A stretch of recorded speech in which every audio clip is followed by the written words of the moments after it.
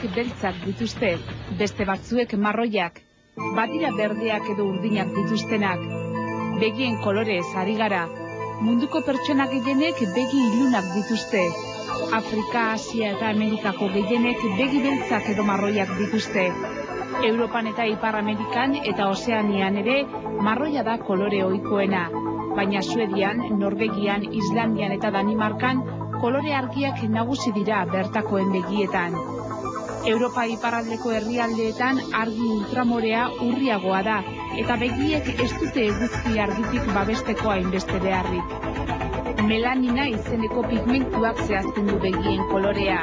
Begietako irisean egoten da melanina, eta zenbat eta kantitate handiagoa eduki, orduan eta ilunagoa begia. Beraz, begi argiak dituztenek melanina gutxiago izaten dute.